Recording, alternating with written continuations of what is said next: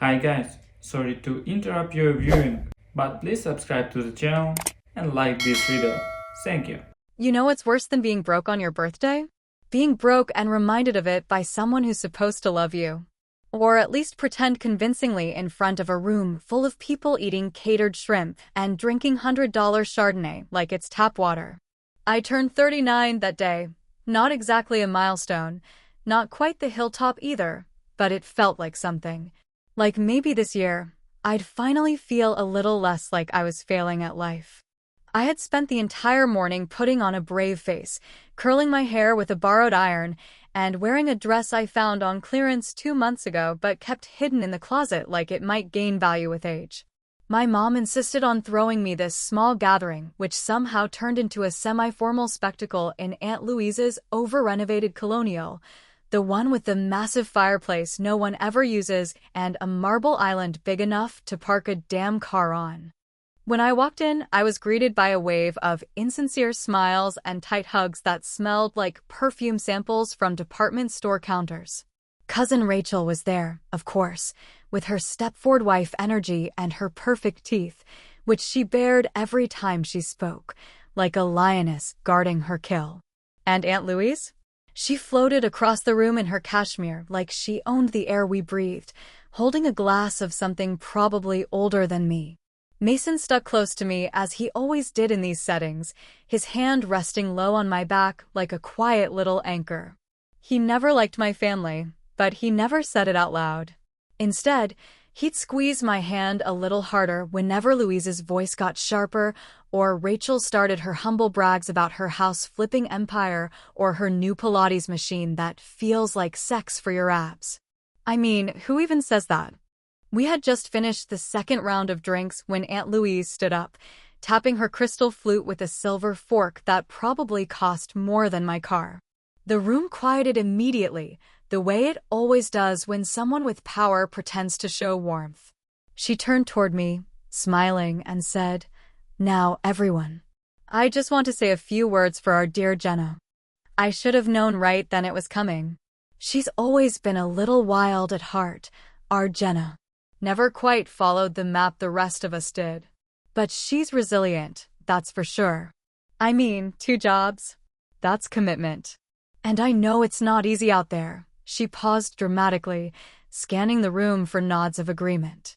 "But we're all so proud of you, even though you barely make ends meet. You ever have a moment where the air just leaves your lungs without your permission? That was it. That moment." I stood there, wine glass half raised, smile frozen on my face like someone had slapped it there in a hurry.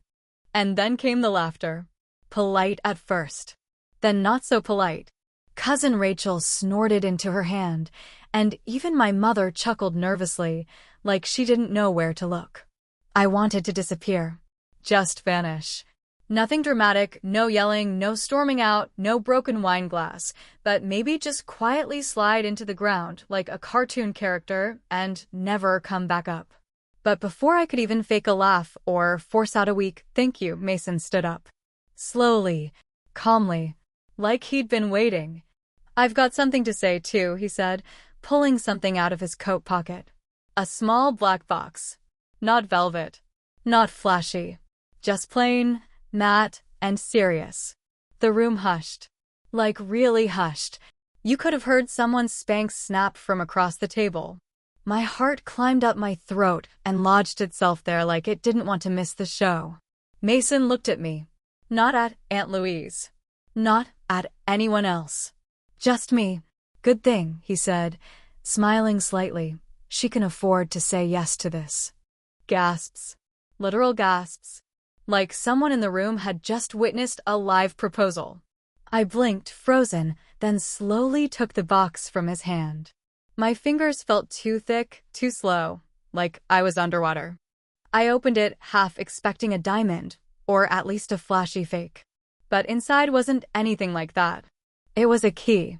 Not a decorative one. Not a charm or a pendant.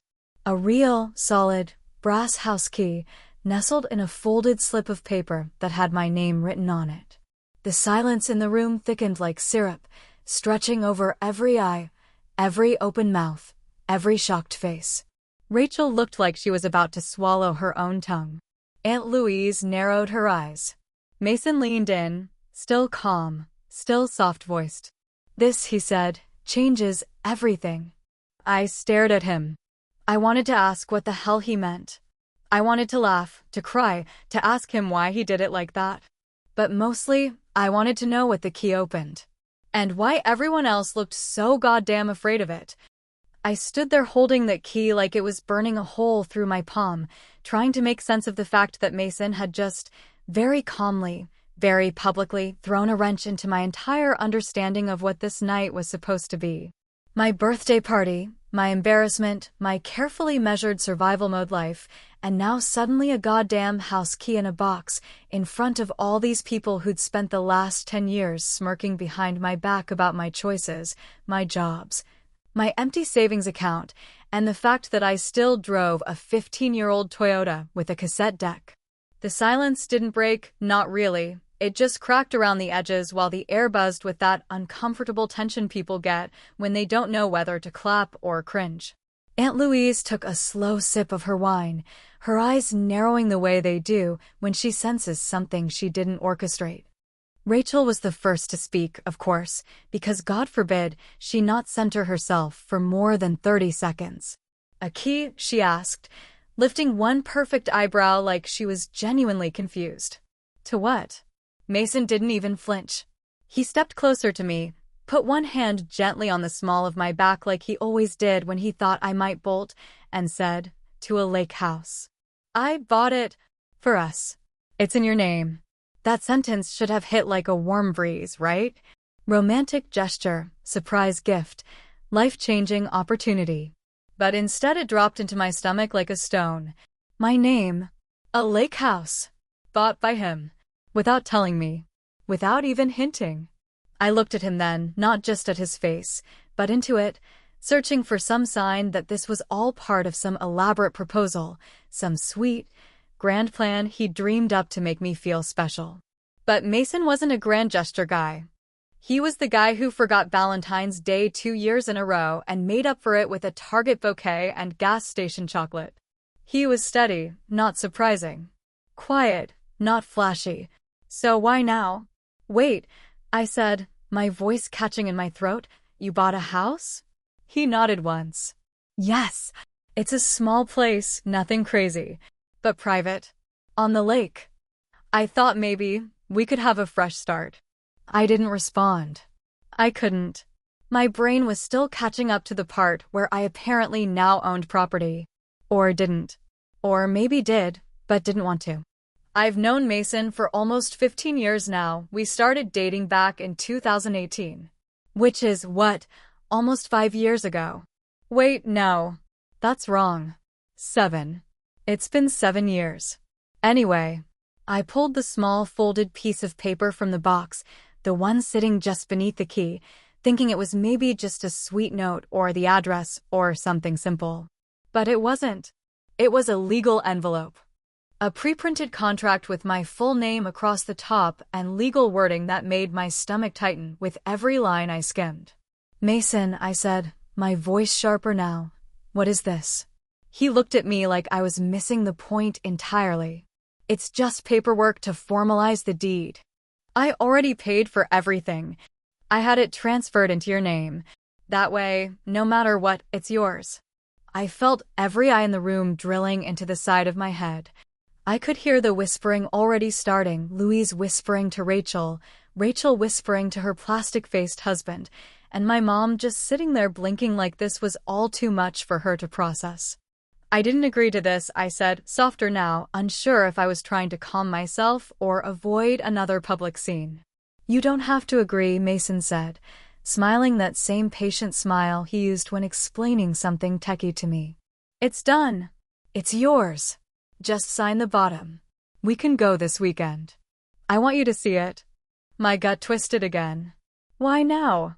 Why this way? Why the hell would someone go behind my back to do something that was supposed to be a gift? And why was there already a signature on the last page that looked just like mine? I froze, staring at the page. That was my name. My signature. But I hadn't signed a damn thing. And as the room began to stir again, with people murmuring and whispering and waiting for me to break into grateful tears or fall into Mason's arms, all I could think was, who the hell forged my name? Because this wasn't a gift. This was a setup. I didn't sleep that night, not even for a second, not even by accident. My mind kept running through every line of that contract, every signature that wasn't mine but looked damn near close enough, and every polite chuckle I'd heard echoing in that living room the moment Aunt Louise made her little jab about my paycheck. The key sat on my nightstand like a bomb I couldn't defuse, and Mason was already asleep next to me by the time I made it home, snoring gently like he didn't just drop a live grenade into my life. At 7 in the morning, I was still wide awake and vibrating with a kind of slow, quiet fury that made my skin feel like it didn't fit. I made coffee just to have something to do with my hands, pacing between the counter and the window like some old detective in a noir film, muttering to myself while the early sunlight bounced off the hood of my shitty car in the driveway. When Mason finally came downstairs, all sleepy-eyed and innocent, I didn't even give him a second to settle in. "We need to talk," I said, sharp and flat, like I was trying to slap him with my voice. He blinked a few times, rubbed his face like I'd just interrupted his dream, then nodded and sat down at the kitchen table like we were about to go over our monthly grocery list. I slapped the envelope down in front of him, hard enough to make the ceramic sugar jar rattle. "You want to explain why the hell my name is already signed on this?" He didn't even flinch. Just opened the envelope slowly, pulled out the contract like he was handling something delicate, and gave me a look that was either calm or completely detached from reality. "I told you," he said, "I wanted this to be a surprise." "Forging my signature isn't a surprise," I snapped. "It's a goddamn felony." That finally made him sit up straighter. He held his hands up like I was holding a weapon. "I didn't forge anything, Jenna. Your aunt had your signature on file from when you filled out that release for the family photo thing last year. Her lawyer used that to finalize the trust paperwork." I stared at him, blinked, processed. "My aunt," I said, voice low and steady, the way a fuse is just before it hits the powder. He nodded, like he was explaining something perfectly normal. "Yeah, she funded the purchase. It's part of a trust. She wanted to do something for you." I laughed then, short and sharp and dry. "You're telling me that house, that key, that entire moment in front of everyone last night was her idea?" He nodded again, as if this should somehow make me grateful instead of furious. "She wanted to make things easier for you," he said, like that was supposed to settle my nerves. "But there were conditions. Reasonable ones. You'd still get the property, still live there. You'd have to work with her a little." I leaned forward, planting both palms on the table. "What conditions?" I asked, though I already knew deep down that whatever came out of his mouth next would make me want to throw something through a window. Mason hesitated for the first time, which told me everything I needed to know. "She wants you to quit both your jobs," he said carefully. "Focus on representing the family more publicly. There'd be events, posts, a few lifestyle features, some collaborations with the brand team. Nothing outrageous." I stared at him like he'd grown another head. "You mean become a mascot," I said flatly, "for Louise's carefully polished empire." "She just wants to help clean up the image," he said quickly, like he was anticipating the blowback. "After Rachel's situation, it makes sense to bring in someone grounded. Someone relatable." And there it was. The truth, hidden under layers of fake generosity and shiny keys. "This wasn't a gift," I said, stepping back like he was something toxic. "This was a leash. A public rebranding strategy with my face on it. It's a chance, Jenna," he said, voice rising. "A chance to stop struggling, to live somewhere beautiful, to not have to check your bank account before you buy groceries." I laughed again, but there was no humor left in it. Just exhaustion and disbelief. "And all I have to do is sell my dignity, my independence, and my time," I said, cold now. "Is that the price tag on my piece? Family dinners once a month? Smile for the camera, Jenna. Pretend we don't think you're a disappointment." Mason stood up, running his hands through his hair, clearly getting frustrated. "You wouldn't have to worry about money ever again," he said, louder now, like that solved everything. And that's when I finally snapped. "What makes you think I trust you now?" I asked, my voice low and shaking. "You went behind my back. You took her money. You made a deal with someone who spent years belittling me. And then you stood there in front of everyone and acted like it was all out of love." He didn't answer. He just stared at me like maybe he hadn't expected this reaction. Like maybe he really thought I'd be grateful. Like maybe he'd forgotten who the hell I was. And in that silence, I realized something I hadn't fully admitted to myself before. Mason didn't do this for me. He did it to fix me.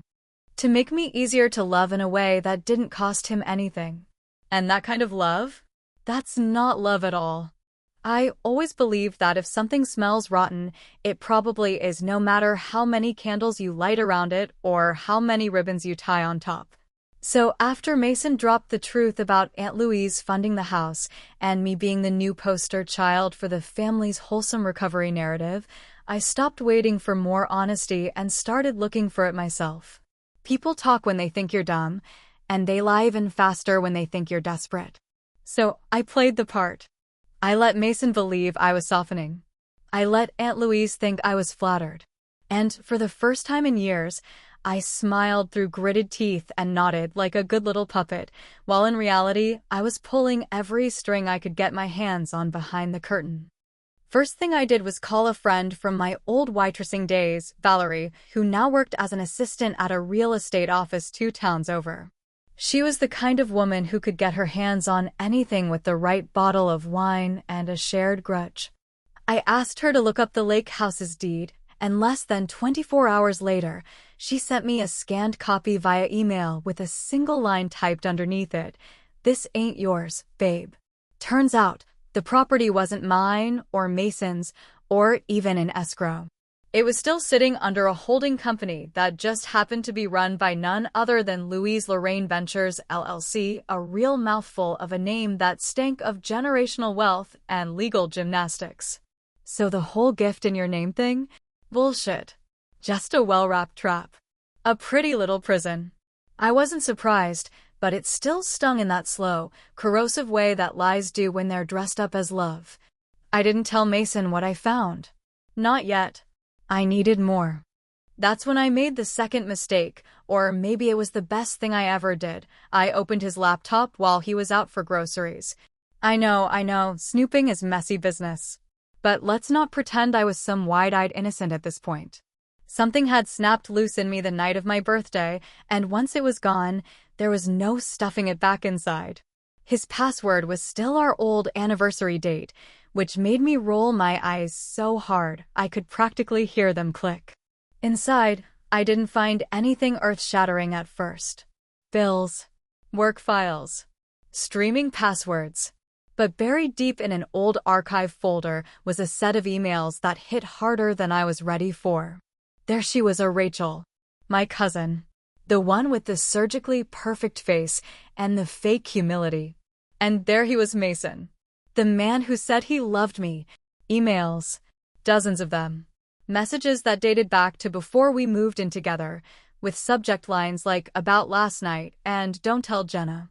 Most of it was tame, boring even, but one message made my stomach twist like someone had reached inside me and knotted it by hand.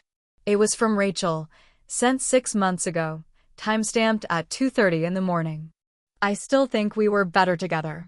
You were always supposed to be with someone who understands this world, Mason. Not someone still working shifts to make rent. She's not one of us. You know that." He hadn't replied. Not in writing, anyway. I didn't scream. I didn't cry. I just stared at that screen until my eyes blurred and my fists unclenched. Because suddenly everything made sense. The timing. The lake house. The pressure. It was all one elaborate PR band-aid. Rachel had fucked up something big. I didn't know what yet, but it had to be bad, and Louise had decided I was going to be the cure. The redemption arc. The poor, hardworking niece suddenly lifted into grace. A rebrand in heels. So I did the only thing that made sense. I signed the papers. With a smile so wide it nearly cracked my face in half.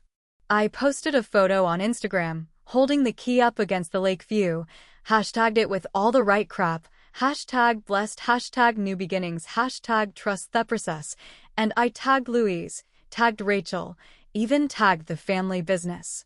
Mason came home that night to find me pouring wine in the kitchen and humming to myself like I hadn't just had my trust vaporized and sold for scrap. "You seem okay," he said, hesitant, like he was scared of sudden movements. "I am," I said, handing him a glass. "You were right. This changes everything." And I meant it. Just not the way he thought. Because while he slept, I was making phone calls, digging deeper, contacting women I knew who'd worked briefly for Louise's company and left quietly. Some paid off, some pushed out. One of them, a marketing intern named Dana, sent me a file she wasn't supposed to keep. It was a rebranding document dated 2 months ago. The strategy pitch was titled Restoring the Family Name, the Jenna Project. That's what they were calling me. Not a partner. Not a niece. A project. The next day, I visited the lake house alone. I walked through the rooms, looked at the staged furniture, the untouched kitchen, the fireplace that had probably never seen a flame. It wasn't a home. It was a set. A showroom. And I was supposed to be the smiling mannequin in the middle of it. But I had something better than a smile now. I had information. And a plan. Because if they wanted a show, I was about to give them one they'd never forget. It had been 6 weeks since I signed those papers with a grin on my face and a trap in my pocket. 6 weeks since I pretended to be the family's shining new narrative, their redemption arc, their polished, smiling little puppet with just enough grit to make her palatable to the public, but not enough fire to burn down the house. I'd played the part beautifully. Even Mason bought it, thinking I'd finally accepted my new role as some grateful rescued bird they'd scooped out of the gutter. I smiled through brunches and smiled through boardroom introductions and smiled when Louise handed me a branded scarf with my initials embroidered on it like a collar. And every time they looked at me with that smug little satisfaction in their eyes, I bit my tongue and made mental notes. Because tonight was the finale.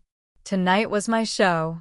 The dinner was being held at Rachel's house this time, one of her 3 properties scattered across the state, the one with the rooftop garden and the chef flown in from somewhere I couldn't pronounce without sounding like a jackass. The guest list was tight, exactly 20 people, all family or key figures in the brand, as Louise put it.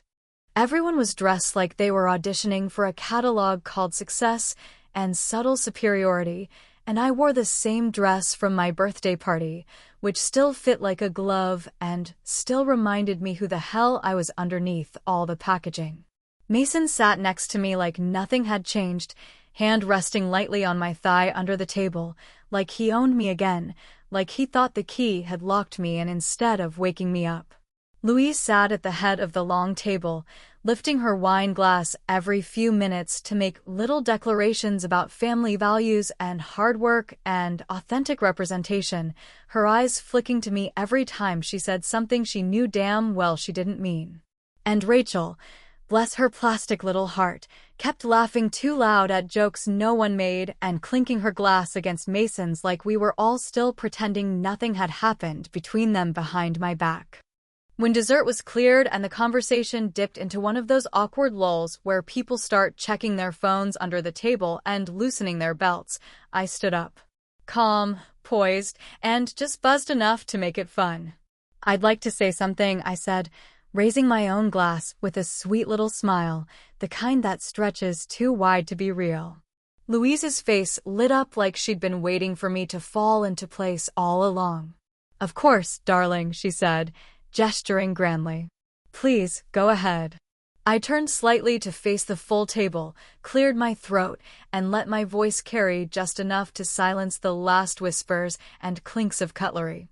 "I just want to thank everyone here tonight," I began, especially Aunt Louise for her generosity, her belief in me, and for giving me a chance to become part of something bigger. They all nodded, sipped their wine, smiled like trained seals at the sound of a dinner bell. "I also want to thank Mason. I continued, my voice smooth but tight around the edges, for thinking I was worth such an incredible gift. For believing in me when I didn't believe in myself. Louise beamed. Mason squeezed my hand. And then I dropped it. That house, I said, still smiling, I sold it. Back to the bank. Every cent is going to a nonprofit that helps women starting over after abuse, neglect, and manipulation. The silence hit the table like a lightning strike. Forks froze midair. Glasses hovered near lips that no longer knew what to do. I didn't need it, I added, my voice lower now. I've got my own thing now. My own name. My own future. Louise's face cracked first. Her jaw tightened, her eyes twitched, and her hand gripped the edge of the table like she needed it to stay upright. Rachel looked like she'd just been slapped. Mason went completely still. Before anyone could speak, I pulled out my phone and tapped the screen. The speakers in the dining room had been connected all evening, playing gentle background jazz. Now, they played something else. A recording. A voice. Louise's assistant, recorded without her knowing, clear as day. She's not family, she's a PR fix. Rachel screwed up, and we need someone the public will eat up. Jenna's poor, hardworking, relatable, and dumb enough to go along with it if we hand her a shiny key. Mason's already agreed. She'll be grateful. She won't ask questions. I didn't say anything. I didn't have to. The room exploded. Rachel stood up and bolted, tears streaking down her face, her heels clacking like gunshots on the marble floor. Louise pushed back from the table so hard her chair nearly toppled, her face white with fury, already barking about legal consequences, slander, betrayal. Mason stood up slowly, looking at me like I'd become something he didn't recognize, something sharper and colder than the woman he'd once convinced himself he could control. Jenna, he started, voice low, careful. I didn't know she said that. Don't, I snapped, holding up a hand to cut him off. Don't say a word. You're not just spineless. You're bought. He opened his mouth again, but I was already walking away, already done playing the part, already finished pretending to be the grateful girl who didn't know she was being used as a tool in someone else's redemption story. At the front door, I paused only long enough to reach into my coat pocket and pull out a small velvet box, the one I'd found hidden in Mason's drawer last week, the one with the ring he never got the chance to offer. I dropped it into the trash by the entryway without a second thought. Outside, the night was quiet, crisp, and for the first time in months, it felt like mine. I got into my car, started the engine, and as the headlights cut through the dark driveway, my phone buzzed in the center console. One unread message. From Rachel. You were never supposed to find out. But Mason, he really did love you. I stared at the screen. And I didn't reply. I just drove away.